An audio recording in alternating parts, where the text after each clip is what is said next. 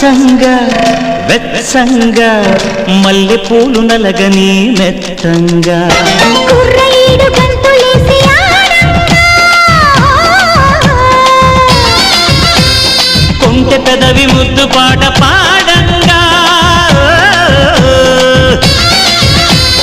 పన్నెగాడు వెన్ను తట్టగా ఆ హుషారులో ఒళ్ళు తుళ్ళి ఊయలుగగా